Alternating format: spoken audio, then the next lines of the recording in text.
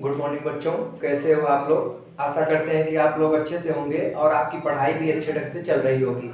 बच्चों, हम लोग इस समय जीव जीव विज्ञान के अंतर्गत एक बहुत ही महत्वपूर्ण टॉपिक जैव प्रक्रम के अंतर्गत एक टॉपिक पढ़ रहे हैं, परिवहन। और परिवहन में हमने आपको बच्चों इसका पार्ट नंबर 1 जो है जो बताए थे परिवहन में, वो पौधों में परिवहन किस प्रकार से होता है, पेड़ पौधों में परिवहन कैसे होता है, किन किन चीज़ों का होता है, उसके बारे में हम लोग पार्ट वन के वीडियो में हम लोगों ने देख लिया है। बहुत अच्छे से उसमें बताया गया है। अगर आप वो वीडियो ना देखे हो तो उसका लिंक हम डिस्क्रिप्शन बॉक्स में डाल देंगे, उसे आप पहले देख लीजिएगा। बच्चों, आज हम लोग परिवहन के अंतर्गत पार्ट 2 पढ़ेंगे, जिसमें जंतुओं में परिवहन के बारे में हम लोग चर्चा करेंगे। जैसा कि कल हमने आपको बताया था बच्चों कि जो परिवहन होता है, परिवहन क्या होता है कि किसी चीज को एक स्थान से दूसरे स्थान तक पहुंचाना। तो कल मैंने बताया था पेड़ पौधों में जैसे जल है, खनिज लवण है या भोजन है, इनका परिवहन एक स्थान से दूसरे स्थान पर किस प्रकार से होता है, इसकी चर्चा हम लोग डिटेल में पार्ट नंबर 1 में कर चुके हैं। आज बच्चों हम लोग जंतुओं में परिवहन पढ़ेंगे कि जंतुओं में किस प्रकार से परिवहन होता है, ट्रांसपोर्टेशन होता है और किन किन चीजों के माध्यम से परिवहन होता है। तो बच्चों, आप लोग ध्यान से मेरी बात सुने और पूरा वीडियो अंत तक देखें। और पूरा जब वीडियो देखेंगे तो आपको पूरी बातें 100% समझ में आएंगी और सारी बातें यहाँ पर बताई जाएंगी, ताकि आप एग्जाम में और कंपटीशन में कोई भी प्रश्न आपका क्लिक ना होने पाए। तो बच्चों, पूरा वीडियो ध्यान से देखेंगे तो परिवहन पूरी तरीके से आपको समझ में आ जाएगा। तो बच्चों, जंतुओं में परिवहन के बारे में हम लोग आज चर्चा करेंगे, जिसमें जंतुओं में परिवहन पार्ट 2। इसके अंतर्गत आप लोग पहले ये जाने कि जो जंतुओं में जो परिवहन होता है, परिवहन माने कि जो चीज का एक स्थान से शरीर में विभिन्न अंगों तक पहुंचाया जाता है, वो किस माध्यम से होता है, किनके द्वारा होता है। तो बच्चों, आप उनके बारे में जाने।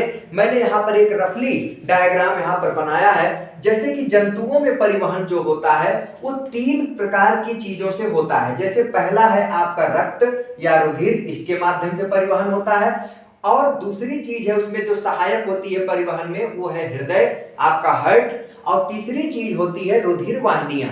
इन तीनों चीजों के माध्यम से बच्चों जंतुओं में परिवहन की क्रिया होती है।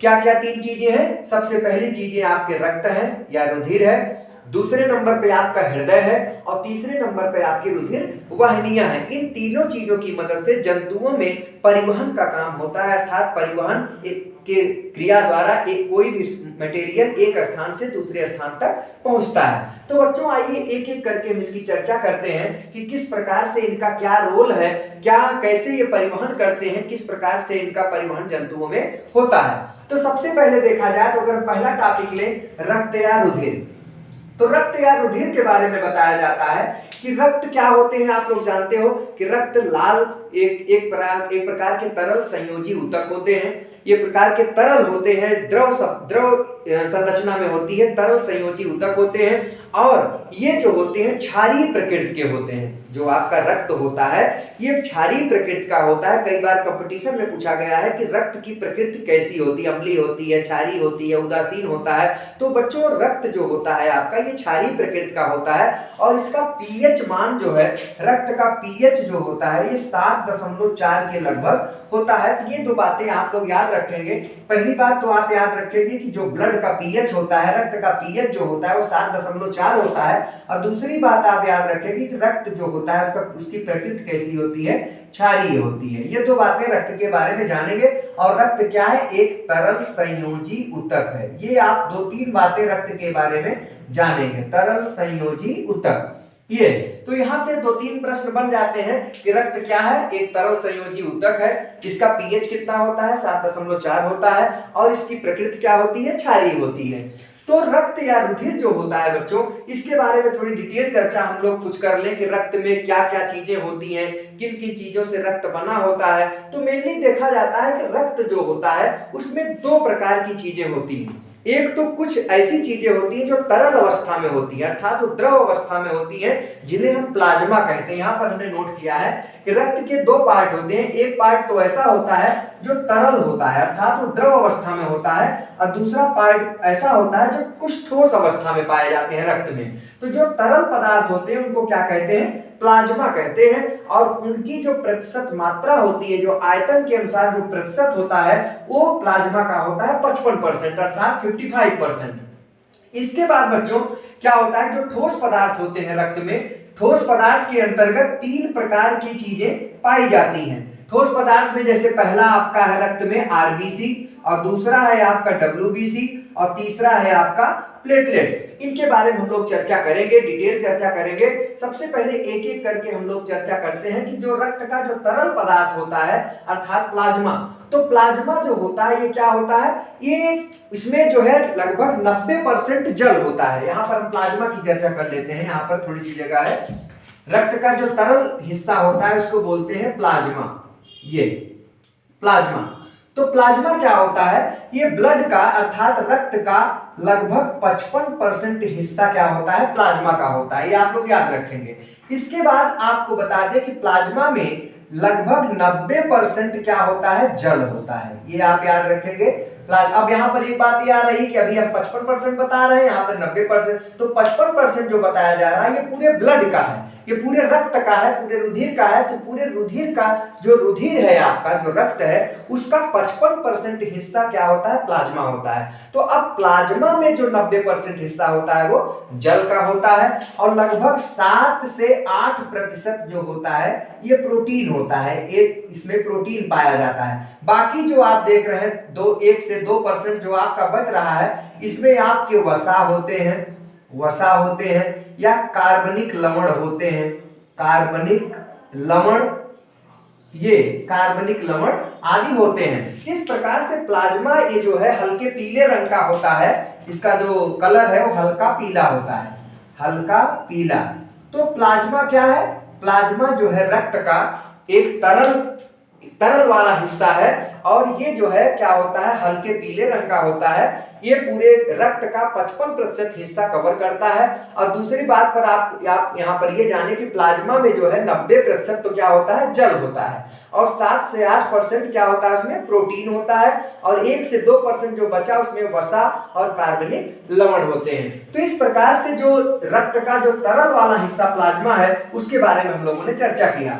अब जो इसका तरल पदार्थ एक पहला हिस्सा हो गया 55%, और ठोस पदार्थ का जो हिस्सा होता है वो होता है 45%, अर्थात वो 45% होता है। और इस ठोस पदार्थ में 3 चीजें होती हैं, एक होता है आरबीसी, एक होता है डब्ल्यूबीसी, एक होता है प्लेटलेट्स। इनके बारे में भी बच्चों थोड़ा थोड़ा चर्चा कर ले। इसका एक स्क्रीनशॉट ले लीजिए। अब हम इसके बारे में चर्चा करते हैं कि किस प्रकार से रक्त में अर्थात रुधिर में जो ठोस पदार्थ के रूप में होते हैं ये आरबीसी, डब्ल्यूबीसी, प्लेटलेट्स, इनकी एक एक करके चर्चा हम लोग करते हैं। तो पहला है आरबीसी।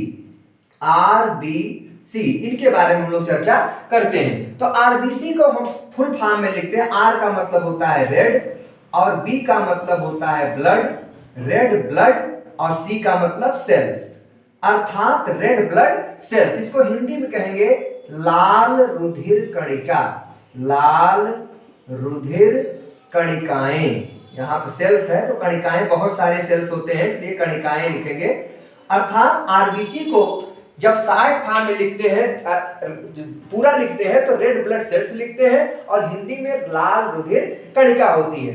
ये आरबीसी में क्या होता है कि एक प्रकार का वर्णक प्रोटीन पाया जाता है, एक प्रकार का रंगीन, वर्णक का मतलब रंगीन, वर्णक प्रोटीन होता है, और उस प्रोटीन का नाम होता है क्या, हीमोग्लोबिन। याद रखें, बहुत ही इंपॉर्टेंट प्रोटीन है ये हीमोग्लोबिन। ये कहां पर होता है, ये आरबीसी में आपके पाया जाता है। ये क्या होता है, एक प्रकार का वर्णक प्रोटीन, अर्थात ये रंगीन प्रोटीन होता है हीमोग्लोबिन। और ये हीमोग्लोबिन जो होता है ये बहुत ही इंपॉर्टेंट वर्णक है, जो कि क्या करता है, इसका काम क्या होता है कि पहला काम तो होता है कि जो रक्त का जो लाल रंग होता है वो किसके कारण होता है, हीमोग्लोबिन के कारण होता है। पहला काम तो हीमोग्लोबिन का है कि वो रक्त को कैसा रंग देता है, लाल रंग। तो आपसे क्वेश्चन भी पूछा जा सकता है कि जो ब्लड का जो रंग होता है, रक्त का या रुधिर का जो रंग होता है वो किसके कारण लाल होता है, तो वो किसके कारण होता है, हीमोग्लोबिन के कारण होता है। और दूसरी चीज होती है जो हीमोग्लोबिन का काम, ये जो है ये ऑक्सीजन अर्थात O2 का एक वाहक होता है। कहने का मतलब ऑक्सीजन को ले आने का काम कौन करता है, हीमोग्लोबिन। तो आप देख रहे हैं कि आरबीसी के अंतर्गत क्या होता है, किसको हम लाल रुधिर कणिका कहते हैं, शॉर्ट फॉर्म में इसको आरबीसी बोलेंगे। और इसी आरबीसी में एक रंगीन या वर्णक प्रोटीन पाया जाता है जिसे हम हीमोग्लोबिन कहेंगे। और ये हीमोग्लोबिन बहुत ही महत्वपूर्ण प्रोटीन होता है। अगर किसी ब्लड में हीमोग्लोबिन की मात्रा कम हो जाती है तो समझ लो वो ब्लड अर्थात वो रक्त बिल्कुल खराब हो गया, बिल्कुल बेकार हो गया, पानी के समान हो गया है। तो हीमोग्लोबिन की बहुत बड़ी महत्व यहाँ पर महत्व है। कैसे है आप जानते हो कि हीमोग्लोबिन सबसे पहला तो ये करता है कि जो आपके रक्त है उसका रंग जो है लाल करने का काम हीमोग्लोबिन का है। और दूसरा काम हीमोग्लोबिन का क्या है, ऑक्सीजन का वाहक। वाहक माने ले जाना, उसको कैरी करना। ऑक्सीजन को एक स्थान से दूसरे स्थान पर शरीर में जो पहुंचाता है वो कौन करता है, हीमोग्लोबिन। तो आप इसका एक स्क्रीनशॉट ले लीजिए। तो आरबीसी के बारे में इतना आप लोग जाने कि आरबीसी क्या होता है। इसके बाद सेकेंड नंबर पे जो आपका ठोस पदार्थ है वो है आपका डब्ल्यूबीसी। आइए डब्ल्यूबीसी की चर्चा भी कर लेते हैं। तो डब्ल्यूबीसी इसको पूरा लिखेंगे। डब्ल्यू का मतलब व्हाइट, बी का मतलब ब्लड, व्हाइट ब्लड, सी का मतलब सेल्स। कहने का मतलब इसको हिंदी में लिखेंगे श्वेत रक्त कणिकाएं, श्वेत रक्त कणिकाएं। ये हो गया। ये जो डब्ल्यूबीसी होता है ये भी ब्लड के अंदर अर्थात ये आपके रक्त के अंदर, रुधिर के अंदर ये पाया जाता है डब्ल्यूबीसी। और ये जो है ये श्वेत रंग के होते हैं अर्थात सफेद रंग के होते हैं। और इनकी जो संख्या होती है वो लगभग स्वस्थ वयस्क लोगों में लगभग 6 से 7 लाख होती है। कहने का मतलब जो वयस्क लोगों में इनकी जो संख्या होती है वो लगभग वयस्क होते हैं जो उसमें 6 से 7 लाख के बराबर होती है। इसकी स्थिति क्या होती है कि ये हमारे शरीर में डब्ल्यूबीसी जो होते हैं ये हमारे शरीर में रोगों से लड़ने का काम करते हैं। तो इनका काम क्या है, रोगों से लड़ना। जो हमारे शरीर में जो रोग होता है उससे लड़ाई करने का काम कौन करता है, डब्ल्यूबीसी, रोगों से लड़ना। बहुत ही इंपॉर्टेंट आपका ये डब्ल्यूबीसी काम करता है। क्योंकि अगर हमारे शरीर में डब्ल्यूबीसी की मात्रा अगर कम हो जाती है तो कम होने से क्या होता है कि हमारे शरीर में रोग से लड़ने की क्षमता कम हो जाती है। और हमारा शरीर फिर कोई भी रोग होगा तो उसको झेल नहीं पाएगा और हम लोग धीरे धीरे क्या होंगे, कमजोर हो जाएंगे और धीरे धीरे मर जाएंगे। तो डब्ल्यूबीसी जो होता है ये बहुत ही इंपॉर्टेंट होता है। इसीलिए आप इसको सैनिक के रूप में देख सकते हैं। जिस प्रकार से सैनिक रक्षा करते हैं ठीक उसी प्रकार से ये डब्ल्यूबीसी भी क्या करता है, हमारे शरीर की रक्षा करता है, रोगों से लड़ाई करता है और रोगों से रक्षा करता है। आपने देखा होगा कि जब आपको टाइफाइड हो जाता है, डेंगू हो जाता है, आपको इस प्रकार से बुखार हो जाता है तो डब्ल्यूबीसी की मात्रा क्या होती है, धीरे धीरे घट जाती है। और इनकी मात्रा जब घट जाती है तो जब डब्ल्यूबीसी की मात्रा घट जाती है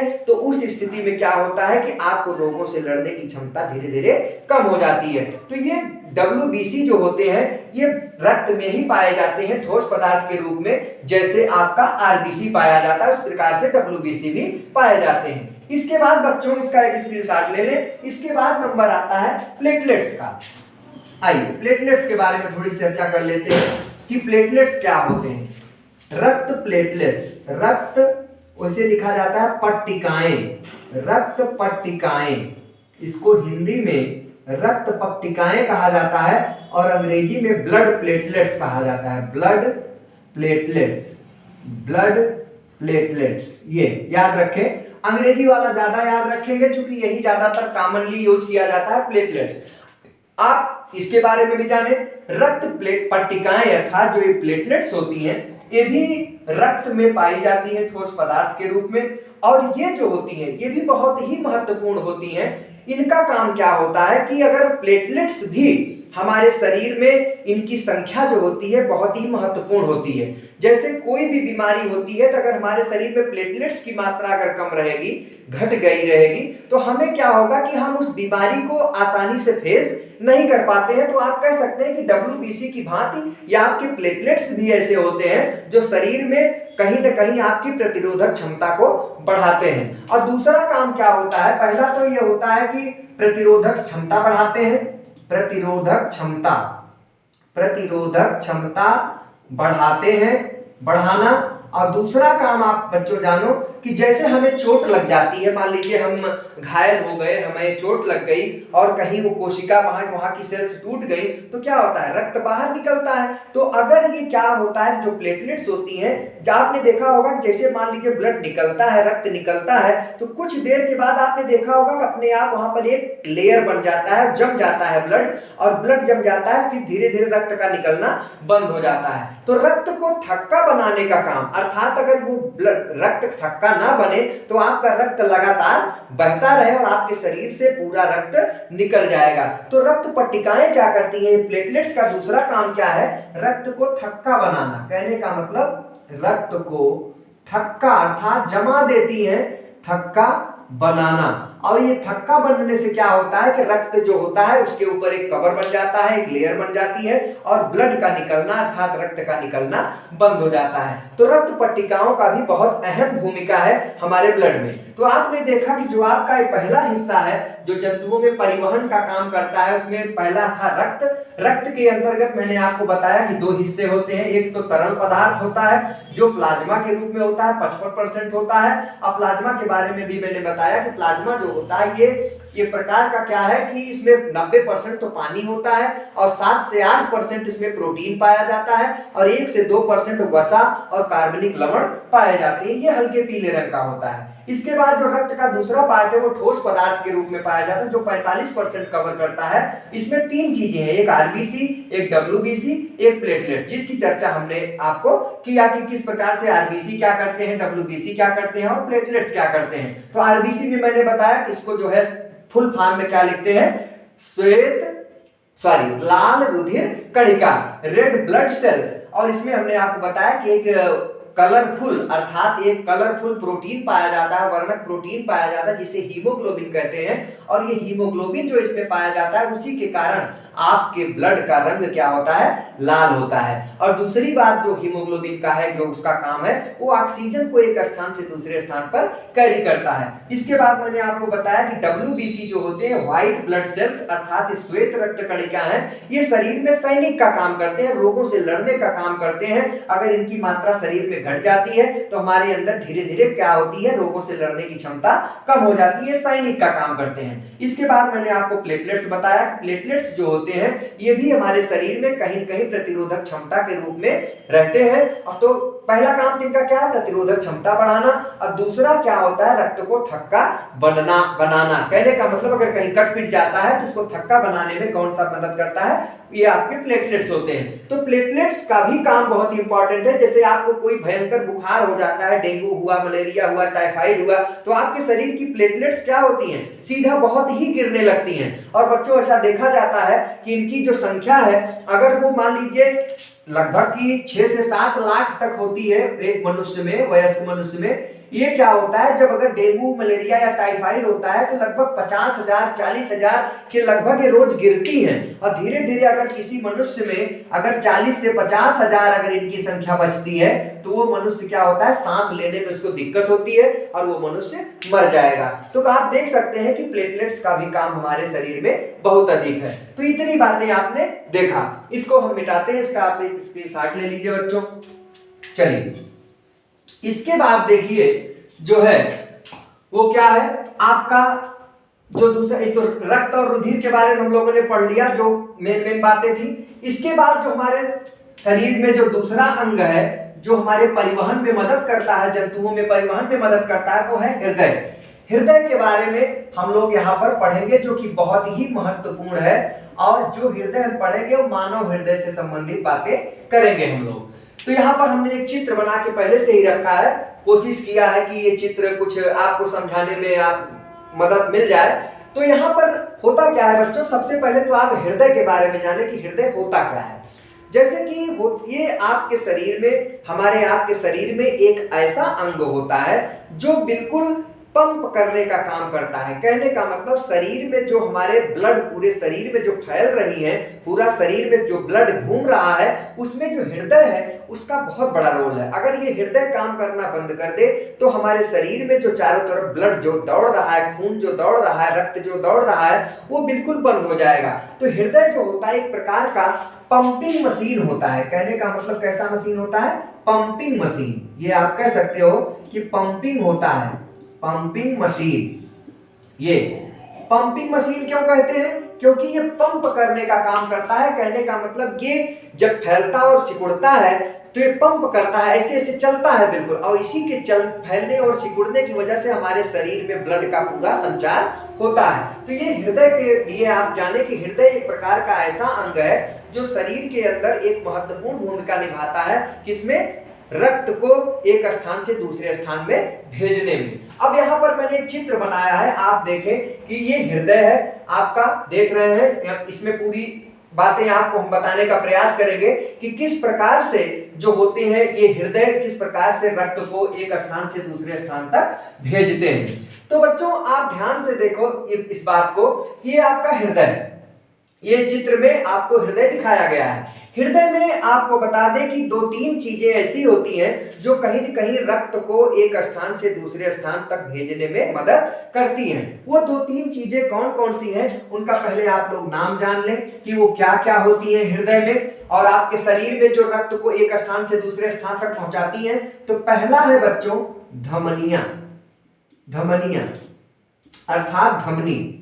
और दूसरा है बच्चों आपका शिराएं, ये आपकी शिराएं। और तीसरा है बच्चों रक्त वाहिकाएं, रक्त वाहिकाएं। ये 3 ऐसी चीजें होती हैं जो हृदय में क्या करती हैं, हृदय के साथ काम करती हैं, और ये रक्त को पूरे शरीर में और पूरे शरीर से फिर रक्त को हृदय में ले ले जाने का काम करती हैं। तो सबसे पहले हम चाहते हैं कि इनके बारे में हम थोड़ा सा अध्ययन कर ले, तब यहाँ पर हम समझेंगे तो पूरी बातें समझ में आएंगी। तो यहाँ पर जैसे धमनियां, जैसे धमनी क्या होती है, सिरा क्या होती है, या रक्त वाहिकाएं क्या होती हैं। कई बार एग्जाम में आपसे पूछा गया है कि ये धमनी क्या होती है, सिरा क्या होती है, या रक्त वाहिकाएं क्या होती है। तो इनके बारे में आपको एक जानकारी होनी चाहिए कि हम किसे धमनी कहेंगे और किसे सिरा कहेंगे और किसे रक्त वाहिकाएं कहेंगे। तो बच्चों धमनी में कहा जाता है कि धमनी क्या करती है, जो शुद्ध रक्त होता है। शुद्ध रक्त का मतलब जो ऑक्सीजन से युक्त हो। धमनी जो होते हैं वो शुद्ध रक्त को हृदय से शरीर के विभिन्न अंगों में पहुंचाते हैं। क्या काम करते हैं? धमनी का काम है जो शुद्ध रक्त होते हैं, ये शुद्ध रक्त याद रखें,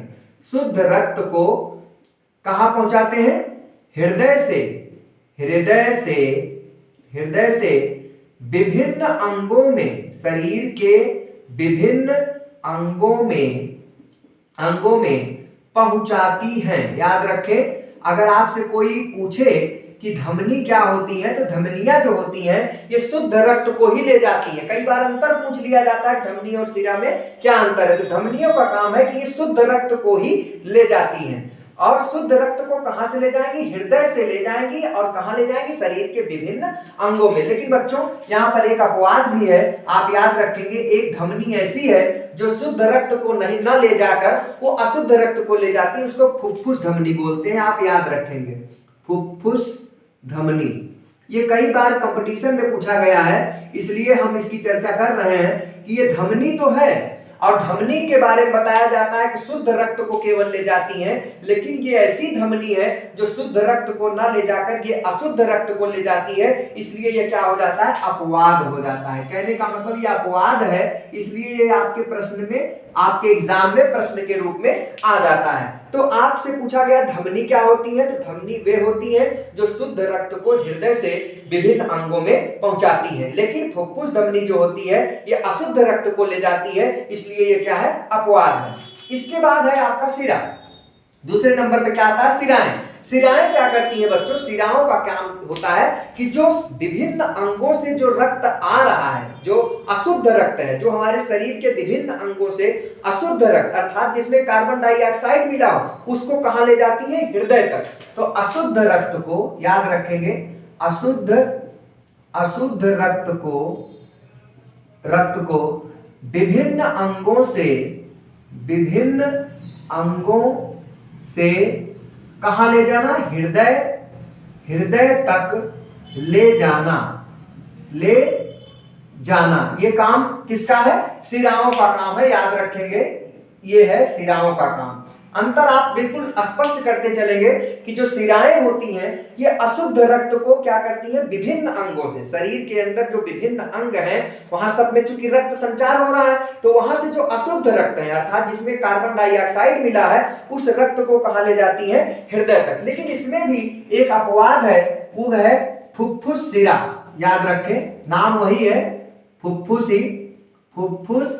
शिरा। ये फुफ्फुस शिरा क्या है, अपवाद है। क्यों अपवाद है ये, क्योंकि आपको मैं बताया कि जो शिराएं होती हैं ये अशुद्ध रक्त को क्या करती है, विभिन्न अंगों से हृदय तक ले जाती है, लेकिन ये जो आपका फुफ्फुस शिरा है ये शुद्ध रक्त को क्या करती है, ले जाती है। तो यहाँ पर ये जैसे फुफ्फुस धमनी थी ये अपवाद था, यहाँ पर फुफ्फुस शिरा भी अपवाद है। आप इसको जरूर याद रखेंगे, ये दोनों क्वेश्चन यहाँ पर आपके प्रश्न पूछे जाते हैं आपके एग्जाम में भी और कंपटीशन में भी। तो धमनी और शिराओं के बारे में हमने आपको बताया, कभी कभी अंतर पूछ लेता है तो अंतर भी अगर आप इसको याद रखेंगे तो आप पॉइंट के रूप में लिख सकते हैं कि धमनियां जो होती हैं शुद्ध रक्त को ले जाती हैं और शिराएं अशुद्ध रक्त को ले जाती हैं। धमनियों का काम क्या है, हृदय से विभिन्न अंगों में रक्त को ले जाना, और शिराओं का काम क्या है, विभिन्न अंगों से हृदय तक ले आना। अब आप इसमें अपवाद को भी दे सकते हैं कि फुफ्फुस धमनी जो होती है इसका अपवाद है और यहाँ पर फुफ्फुस शिरा इसका अपवाद है।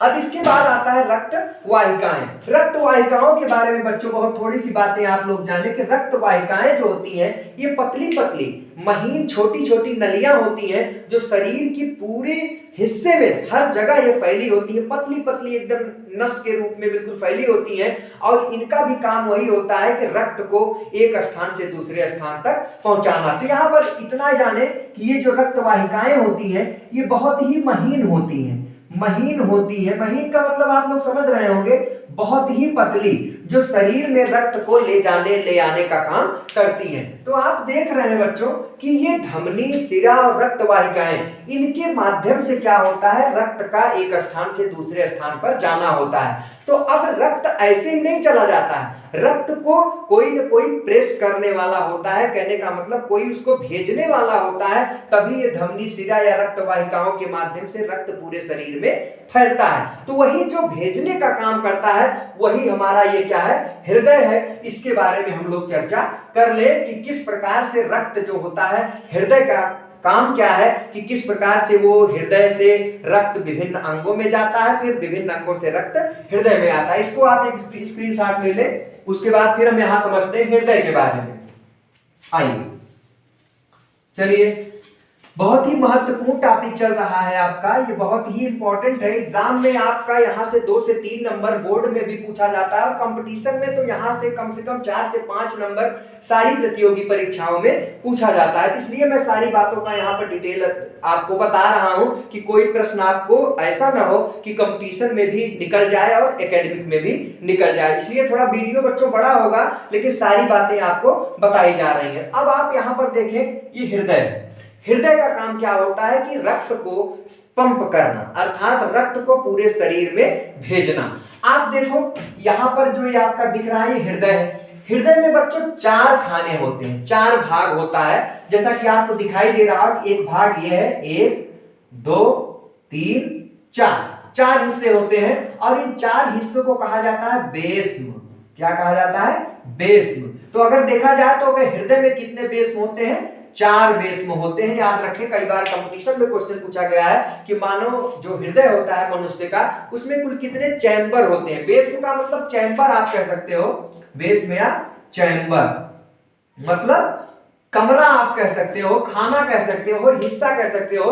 हृदय को 4 हिस्सों में बांटा जा सकता है, उसे बटा तो नहीं होता है, लेकिन ये आप देख रहे हैं कि एक हिस्सा ये है, 1 2 3 4, बात समझ में आ रही है। तो 4 बेस्म होते हैं या 4 चैम्बर होते हैं। तो आप देखिए जो ये वाला चैम्बर है, ये वैसे तो देखा जाए तो दायां ये दिख रहा है, बायां ये दिख रहा है, लेकिन जब आप ऐसे खड़े होते हैं तो ऐसे खड़े होने पर आपका ये दाहिना पड़ता है और ये बायां पड़ता है। तो ये दाहिना पड़ता है तो ये जो दाहिने तरफ जो चैम्बर है, बेस्म है, उसको क्या बोलेंगे, दायां आलिंद। याद रखेंगे, मैंने नाम लिख दिया है दायां आलिंद। और दायां आलिंद के नीचे जो होता है, ये जो हिस्सा होता है निलय का होता है, इसको दायां निलय बोलते हैं। याद रखें, ये आपका दायां आलिंद है और इसके नीचे जो ये चैम्बर है बेस में है, इसको दायां निलय बोलेंगे। और इसके तुरंत बाद आपका ये जो बाईं साइड में है, इसको बायां आलिंद बोलेंगे और उसके तुरंत नीचे जो होता है बायां निलय होता है। तो आप याद रखें कि ऊपर का दोनों चैम्बर आलिंद होता है और नीचे का दोनों चैम्बर निलय होता है। तो हृदय के दो भाग होते हैं, आप कह सकते हैं कि ऊपर का आलिंद, नीचे का निलय। तो आलिंद में एक दायां आलिंद, एक बायां आलिंद, और निलय में एक दायां निलय, एक बायां निलय। ये तो हृदय का एक संरचना आप देख रहे होंगे, उसके चैम्बर के बारे में मैंने आपको बताया। इसके बाद बच्चों क्या होता है कि जैसे मान लीजिए, देखिए ये हृदय है, शरीर से जो है आप देख रहे हैं कि यहाँ पर इसके दो तरफ, ये देखो महापश्च शिरा लिखा है, ये अग्र महाशिरा है, ये आपका पश्च महाशिरा है। ये दो नलिकाएं आप देख रहे हैं। तो इन नलिकाओं से क्या होता है कि रक्त अर्थात जो आपका खून है, जो ब्लड है, वो आता है विभिन्न अंगों से। तो ऊपर के अंगों से तो अग्र महाशिरा से आएगा और नीचे के सभी अंगों से जो रक्त होता है वो पश्च महाशिरा से कहाँ आता है, इस दाएं आलिंद में आता है। तो चूंकि यहाँ से अंग, इस यहाँ से जो आपका ब्लड आ रहा है वो कैसा है, वो अशुद्ध है, चूंकि विभिन्न अंगों से आ रहा है। और उसमें क्या है, कार्बन डाइऑक्साइड CO2, यहाँ पर CO2 युक्त जो होता है वो ब्लड आता है, ये दोनों से। और आता है तो कहां आता है, इस दाएं आलिंद में। ध्यान से बात देखिएगा बच्चों। तो यहाँ जो दाएं आलिंद में जो ब्लड आता है वो क्या होता है कि अशुद्ध होता है, अर्थात CO2 युक्त होता है। तो इस तरीके से वो आएगा, यहाँ पर पूरा आएगा, पूरा ये आ रहा है, ठीक है। ये पूरा चैम्बर धीरे धीरे क्या होता है, भरता है, ब्लड से भर जाएगा। और वो ब्लड कैसा होगा, वो अशुद्ध ब्लड होता है। तो शरीर के विभिन्न हिस्सों से, शरीर की विभिन्न हिस्सों से क्या हो रहा है, जो ब्लड आ रहा है कहां पर, हृदय में। तभी मैंने आपको बताया था कि शरीर की विभिन्न अंगों से जो अशुद्ध रक्त लाने का काम कौन करता है, शिराएं करती हैं। तो आप यहां पर देख सकते हो, ये शिरा लिखा भी है, महाशिरा, पश्च महाशिरा और अग्र महाशिरा। तो शिरा यहाँ पर देखो लिखा है, शिरा। तो शिरा का काम अभी मैंने आपको बताया था, शिराओं का काम होता है कि रक्त को शरीर के विभिन्न अंगों से, अर्थात अशुद्ध रक्त को कहां ले आती है, हृदय में ले आती है। तो ये आप देख रहे हो कि दो यहाँ पर, एक अग्र महाशिरा है, एक पश्च महाशिरा है, दोनों के माध्यम से ये अशुद्ध रक्त, कार्बन डाइऑक्साइड युक्त रक्त कहाँ आ रहा है, दाएं आलिंद में। अब जब दाएं आलिंद में आ रहा है तो रक्त जब यहाँ पर आता है तो धीरे धीरे ये चैम्बर क्या होता है, भर जाता है, रक्त से भरता है। तो भरने के बाद क्या होता है कि धीरे ये फैलता है। भाई कोई चीज आएगा फैलेगा, तो फैलने के कारण क्या होता है कि फैलेगा तो यहाँ जो इसके नीचे है तो ये इसमें एक दबाव बनता है नीचे वाले पोर्शन। तो यहाँ से जब दबता है, ये फैलेगा, ये दबेगा, तो ये स्थिति क्या होती है कि जो रक्त है वो या तो ऊपर चला जाए, लौट जाए, जिस रास्ते से आया उसी से लौट जाए, और या तो स्थिति ये होती है कि जब ये फैलता है तो ये आप देख रहे हैं कि ये सीधा नीचे आ जाता है। यहाँ पर किसमें आ जाता है, दाएं निलय में आने लगता है। और यहाँ पर एक वाल्व लगा होता है बच्चों, ये वाल्व ऐसा होता है कि रक्त को अंदर तो आने देता है। जैसे ये फैल गया तो रक्त तो अंदर आ गया, लेकिन जब वो अंदर आ जाता है तो सिकुड़ जाता है, तो ये वाल्व क्या करता है, बंद कर लेता है, तो रक्त को वापस नहीं जाने देता है। तो ये जब दाएं आलिंद से जो आपका अशुद्ध रक्त, कार्बन डाइऑक्साइड युक्त रक्त जब दाएं निलय में आ जाता है, तो अब यहाँ पर क्या होगा कि धीरे धीरे दाएं, ये भी कैसा रक्त है, अशुद्ध ही है, अर्थात इसमें भी कार्बन डाइऑक्साइड मिला है। तो अब ये चूंकि ये यहाँ पर आ गया, यहाँ पर वाल्व जैसे आया ये बंद हो गया, ये ऊपर जाने नहीं पाता है। तो एक स्थिति यहाँ पर आप देख रहे हैं कि एक यहाँ पर एक नलिका लगी हुई है, और ये नलिका आप देख रहे हो कि यहाँ सीधा जाती है, ये निकल रही है। तो ये ब्लड कहीं नहीं जाके फिर ब्लड कहाँ जाने लगेगा, यहाँ जाने लगेगा, इसमें प्रवेश कर जाता है। और इसमें प्रवेश करते हुए अभी अशुद्ध रक्त ही है ये, चूंकि अभी शुद्ध हुआ नहीं है, कार्बन डाइऑक्साइड युक्त, सॉरी यहाँ पर इसको होना चाहिए था, एक मिनट, ये जो है यहाँ से, ये आपका नली है, ये यहाँ से अशुद्ध रक्त जो है ये कहाँ जाएगा, ये इधर घूमेगा, कहाँ से, दाएं निलय से, यहाँ से अंदर से रक्त प्रवेश करके ये सीधा कहाँ जाएगा, अब बाहर जा रहा है। तो जो आपको मैंने बताया था कि वो कौन सी क्या कहते हैं उसको, जो रक्त को हृदय से विभिन्न अंगों तक ले जा रहा है उसको हम कहेंगे धमनी। लेकिन धमनी में हमने आपको बताया था कि शुद्ध रक्त को ले जाते हैं, शुद्ध रक्त को हृदय से विभिन्न अंगों में ले जाते हैं। लेकिन यहाँ पर हृदय से तो जा रहा है लेकिन शुद्ध रक्त नहीं है, अशुद्ध रक्त है, इसलिए यही अपवाद है, इसको कहेंगे फुफ्फुस धमनी। अभी मैंने आपको बताया था फुफ्फुस धमनी, फुफ्फुस धमनी, ये फुफ्फुस धमनी है। अब फुफ्फुस धमनी का काम ये वैसे धमनी तो शुद्ध रक्त को ले जाती है हृदय से विभिन्न अंगों में, लेकिन ये हृदय से तो ले जा रही है लेकिन शुद्ध रक्त न ले जाके अशुद्ध रक्त को ले जा रही है। तो यहाँ पर ये क्या करेगी, जब ये ले जाएगी तो यहाँ पर फेफड़ा है, यहाँ फुफ्फुस काट के यहाँ पर फेफड़ा पर, यहाँ फेफड़ा है मान लो, ये जाके फेफड़े में दे देती है, ये ब्लड को फेफड़े में पहुंचा दी, फेफड़े में, ठीक, ये हो गया।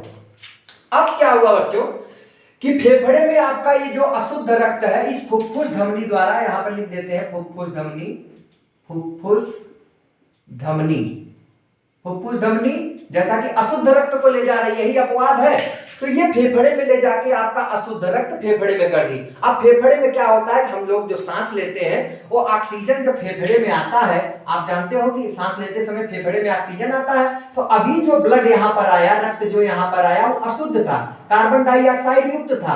अब क्या हुआ कि वो फेफड़ा क्या करता है कि इस अशुद्ध रक्त में क्या मिला देता है, ऑक्सीजन मिला देता है, उसको शुद्ध कर देता है, कार्बन डाइऑक्साइड को हटा देता है और ऑक्सीजन को उसमें लोड कर देता है। कहने का मतलब ऑक्सीजन उसमें डाल देता है। तो जब ब्लड में ऑक्सीजन आ गया, कार्बन डाइऑक्साइड हट गया, तो वो कैसा ब्लड हो गया, शुद्ध रक्त हो गया। अब वो शुद्ध रक्त फिर फेफड़े से आप देख रहे हो कि यहां से घूमता हुआ ये जो है, ये देखो यहां पर देखो, यहां पर एक नली बनी हुई है जिसको फुफ्फुस सिरा बोलते हैं। तो यहां फेफड़े से सीधा ये फुफ्फुस सिरा से होते हुए कहां आ जाता है, बाएं आलिंद में। लेकिन यहां पर बात समझने वाली है, अभी मैंने आपको बताया था कि सिरा क्या करता है, अशुद्ध रक्त को क्या करता है, ये हृदय से बाहर विभिन्न अंगों में ले जाता है। लेकिन आप यहां ध्यान दें कि जब रक्त यहां फेफड़े में आ गया, फेफड़े में शुद्ध हो गया, तो शुद्ध होने के बाद इसमें आ रहा है, तो यहां पर तो उल्टा हो रहा है। कहने का मतलब ये इसीलिए तो अपवाद के रूप में आता है कि यहां पर सिराएं तो अशुद्ध रक्त को ले जाती हैं, लेकिन ये ऐसी सिरा है जो शुद्ध रक्त को हृदय के अंदर ला रही है, इसलिए इसका नाम क्या है, फुफ्फुस सिरा है। तो आप याद रखेंगे, तो यहां से शुद्ध रक्त जो है फेफड़े से होके फुफ्फुस सिरे से होके ये आ जाता है कहां, आपके बाएं आलिंद में। ये O2 युक्त अर्थात ऑक्सीजन युक्त ब्लड यहां पर आपका आ रहा है, कहां पर, आपके बाएं आलिंद में। आप समझ रहे हो बच्चों किस प्रकार से ब्लड आ रहा है, कहां गया, फिर कहां से फेफड़े में गया, फेफड़े से फिर फुफ्फुस सिरा द्वारा बाएं आलिंद में आया, फिर आप यहां पर देख रहे हो बच्चों कि ये पूरा चैम्बर भर जाता है, बायां आलिंद। अब ये बाएं आलिंद में कैसा ब्लड है, एकदम शुद्ध है, ऑक्सीजन युक्त है। अब यहाँ पर पूरा चैम्बर भर जाता है, फिर वही स्थिति होती है, चैम्बर भरने के बाद यहाँ एक वाल्व लगा होता है। तो वाल्व क्या होता है कि यहाँ जब इसमें दबाव बनता है तो वो ब्लड आके सीधा यहाँ पर भरना शुरू हो जाता है। कहने का मतलब वो ब्लड ऑक्सीजन युक्त ब्लड जो है बाएं नीले में आ जाता है, लेकिन ये आ तो जाता है लेकिन जाने नहीं पाता है। आपको मैंने बताया कि वाल्व ऐसे होते हैं कि ये जब खुलते हैं तो कुछ इस तरीके से खुलते हैं, तो अंदर तो आने देते हैं लेकिन आने के बाद ये तुरंत बंद हो जाते हैं, ये ऊपर ब्लड को ऊपर वापस नहीं आने देते हैं। तो अब ये पूरा चैम्बर भर गया, अब ये शुद्ध ब्लड से पूरा भरा हुआ है, शुद्ध रक्त से भरा हुआ है, अब ये कहीं जा नहीं सकती। जब इसमें दबाव बनता है तो यहाँ पर देखो, यहाँ पर एक पाइप लगी है और ये पाइप जो होती है, इस पाइप से होता हुआ शुद्ध ब्लड, यहां से शुद्ध ब्लड इस पाइप से होता हुआ आप देख रहे हैं, ये शुद्ध ब्लड जो है महाधमनी के द्वारा शरीर के विभिन्न अंगों में चला जाता है। तो आप देख रहे हो किस प्रकार से अशुद्ध रक्त कहां से आया। यहां पर देखिए महाशिरा द्वारा, अग्र महाशिरा पश्चिम महाशिरा से अशुद्ध रक्त यहां आया आपके किसमें, दाएं आलिंद में। दाएं आलिंद से फिर आपका ये ब्लड जो है नीचे आया दाएं नीले में। अब दाएं नीले से सीधा क्या हुआ, इस आपके देख रहे फुफ्फुस धमनी द्वारा फेफड़े में गया, और फेफड़े में फिर क्या होता है, रक्त को शुद्ध किया जाता है, अर्थात रक्त में ऑक्सीजन मिल गया, कार्बन डाइऑक्साइड हट गया, फिर जब रक्त शुद्ध हो गया तो शुद्ध होने के बाद रक्त जो है फुफ्फुस शिरा द्वारा कहाँ आ गया, बाएं आलिंद में आ गया, फिर बाएं आलिंद से बाएं नीले में आ गया, और बाएं नीले से इस आप देख रहे हो महाधमनी द्वारा शरीर के विभिन्न अंगों में पहुंचा दिया जाता है। तो ये बच्चों हम कुछ इसमें आपको बताने की कोशिश किए चित्र के माध्यम से। आशा करते हैं कि आपको ये बातें समझ में भी आई होंगी, परंतु अगर ना समझ में आई हो तो इस वीडियो को आप एक बार फिर से देखिएगा, 100% आपको समझ में आ जाएगी। यहाँ पर बातें सिर्फ इतनी ही आपको करनी है कि आपको बहुत डिटेल समझाने की कोशिश की है कि शरीर का रक्त,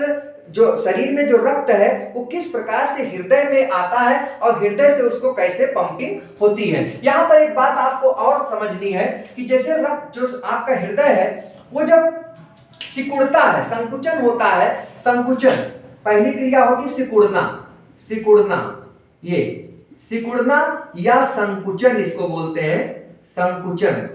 आपका जो हृदय है जब ये सिकुड़ता है, संकुचित होता है तो उसको सिस्टोल बोलते हैं, सिस्टोल, याद रखें, सिस्टोल। ये कई बार कंपटीशन में पूछा गया सिस्टोल। और जब आपका ये हृदय फैलता है अर्थात शिथिलन होता है, शिथिलन, शिथिलन, ये शिथिलन होता है तो इसको बोलते हैं डायस्टोल, डायस्टोल। याद रखें बच्चों, तो हृदय का जो फैलना और सिकुड़ना है उसको हम सिस्टोल और डायस्टोल बोलते हैं। ये बातें आप याद रखें। आप इसका एक स्क्रीनशॉट ले लीजिए ताकि आप आराम से इसको अच्छे ढंग से समझ सकें और आप हृदय की संरचना बनाने की प्रैक्टिस भी करिएगा। 2 से 3 बार 4 बार आप प्रैक्टिस करके बनाइएगा और इस प्रक्रिया को बहुत ही आसानी से आप समझ पाएंगे। आप अगर इस वीडियो को फिर से एक बार देख लेंगे तो हमको लगता है 100% आपको रक्त किस प्रकार से शरीर में पंप करता है और कौन कौन सी धमनी और शिरा द्वारा किस प्रकार से फेफड़े में जाता है, इसके बारे में हमने आपको बताने की पूरे प्रयास किया। तो बच्चों आप इसका एक स्क्रीनशॉट ले लीजिए। अब एक बात और आपसे करनी है बच्चों, जो कि आप ध्यान दें कि जैसे मान लीजिए ये हृदय है, हृदय में क्या होता है कि ये जो आपका सिस्टोल डायस्टोल हो रहा है, हृदय जो आपका शिथिलन और आपका संकुचन हो रहा है, ये ऐसे अपने आप शिथिलन या संकुचन नहीं होता है। इसमें एक ऐसी चीज होती है, एक ऐसी करंट होती है जो कहीं ना कहीं इस हृदय को फैलाती और सिकोड़ती है। वो क्या चीज होती है आपको हम बता दें कि हृदय में एक प्रकार का एक ऐसा अंग होता है जिस अंग को हम कहेंगे साइनो, इसको मिटा देते हैं थोड़ा सा, ये है, इसको आप एक इसका स्क्रीनशॉट ले लीजिए। आइए, क्या होता है कि हृदय में एक अंग ऐसा होता है जिसे हम कहेंगे sino, sino auricular, sino auricular node, sino auricular node. इसको शॉर्ट फॉर्म में यसे नोड भी बोलते हैं। साइनो का यस, आरिकुलर का ए, यसे नोड। कई बार कंपटीशन में पूछा गया है, इसलिए इसकी चर्चा हम यहाँ पर करना उचित समझ रहे हैं ताकि कोई बात आपसे छूट न जाए। तो साइनो आरिकुलर नोड क्या होता है? ये पूरे हृदय में एक ऐसा अंग होता है जो बिल्कुल एक जगह फिक्स होता है, एक जगह स्थिर होता है। और ये क्या करता है बच्चों कि ये प्रकार का विद्युत, एक छोटी सी बिजली, एक बहुत हल्की विद्युत उत्पन्न करने का काम करता है, बिजली उत्पन्न करने का काम करता है। विद्युत, विद्युत अंग है। कहने का मतलब हृदय में जो आपका ये सिकुड़ना फैलना जो होता है ये ऐसे ही नहीं हो जाता, इसी विद्युत के कारण होता है। ऐसे कोई न कोई ताकत तो होगी जो इसको कहीं न कहीं हृदय को काम करा रही है। तो वो अंग कौन सा है? साइनो आरिकुलर नोड, यसे नोड बोलते हैं। और ये क्या, इसको क्या कहें? विद्युत अंग। इसका एक नाम, ये क्या करता है? विद्युत पैदा करता है। विद्युत का मतलब बिजली, कहने का मतलब ये विद्युत पैदा करता है। और ये बिजली जो पैदा होती है उस बिजली के द्वारा क्या होता है कि करंट के द्वारा ये आपका हृदय जो होता है वो ये सिकुड़ता और फैलता रहता है। इसका एक नाम और है पेस मेकर। कहीं कहीं पेस मेकर मिलता है, आप याद रखेंगे, पेस मेकर। तो पेस मेकर जो होता है ये क्या करता है? विद्युत पैदा करता है। और ये विद्युत करता क्या है, ये हृदय को गति प्रदान करता है, हृदय को गतिशील करता है। अगर ये पेसमेकर खराब हो जाए तो आप कह सकते हैं कि हृदय की गति रुक जाएगी और हार्ट अटैक वगैरह जब आता है तो उसमें क्या होता है, पेसमेकर ही खराब होता है। तो पेसमेकर खराब हो जाने से क्या होता है कि हृदय की गति रुक जाती है और आप समझ सकते हो कि अगर हृदय की गति रुक जाएगी, सिस्टोल डायस्टोल बंद हो जाएगा, तो जो हमारे शरीर में ब्लड का जो आना और जाना लगा है वो बंद हो जाएगा बच्चों। और 10 सेकंड के लिए भी अगर ये काम करना बंद कर दिया तो हमको लगता है 10 सेकंड भी ज्यादा है, हमारा शरीर बिल्कुल बेकार हो जाएगा, हम मर जाएंगे।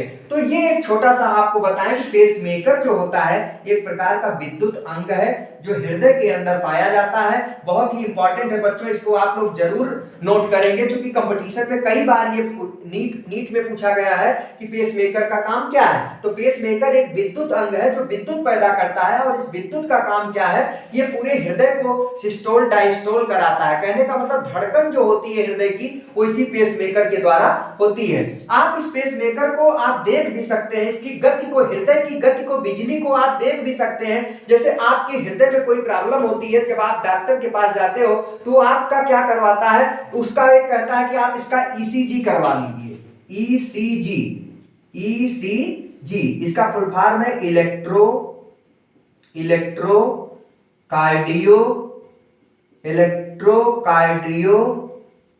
Cardiogram, ECG. ये क्या होता है, आपने देखा होगा, सब लोगों ने देखा होगा, कुछ इस तरीके से मशीन के द्वारा आप देखते होंगे कि कुछ इस तरीके की गति आप देखते होंगे।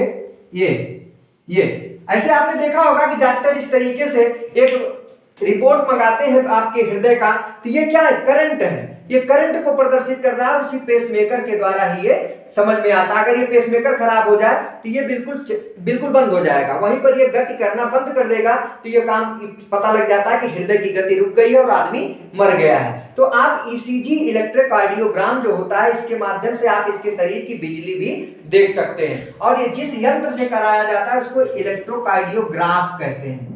जिस यंत्र द्वारा किया जाता है ये ईसीजी उसको कहेंगे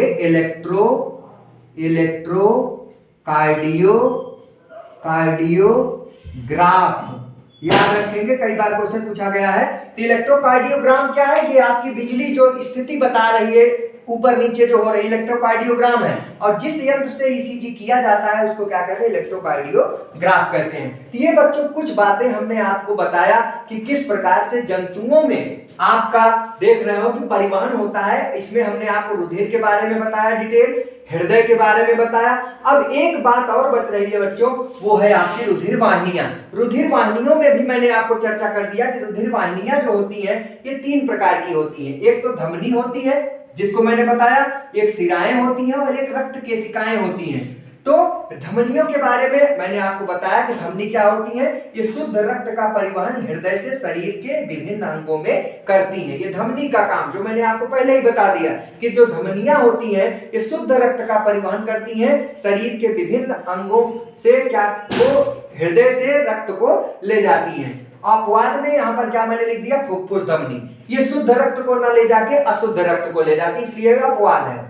इसके बाद शिराओं के बारे में भी मैंने आपको बताया कि शिराएं क्या करती हैं, अशुद्ध रक्त को विभिन्न अंगों से हृदय तक ले जाती हैं। अशुद्ध रक्त को ले जाने का काम कौन करता है, शिरा, और लेकिन इसमें भी अपवाद है, फुफ्फुस, शिराएं। इसके बाद तीसरे नंबर पर रक्त कोशिकाएं आती हैं। इसमें आपको सिर्फ जानना कि यह अत्यंत पतली पतली नलियां होती हैं, महीन नलियां होती हैं जो पूरे शरीर में फैली हुई होती हैं और ब्लड का, रक्त का संचार करती हैं। तो इस प्रकार से बच्चों मैंने कोशिश किया कि जंतुओं में जो परिवहन होता है, रक्त का परिसंचरण होता है, वो किस प्रकार से होता है, मैंने पूरी कोशिश की आप लोगों को समझाने का चित्र के माध्यम से। और ये फिगर डायग्राम एक रफ चित्र के माध्यम से मैंने आपको बताने की कोशिश की। आशा करते हैं बच्चों आप लोगों को सारी बातें समझ में भी आई होंगी।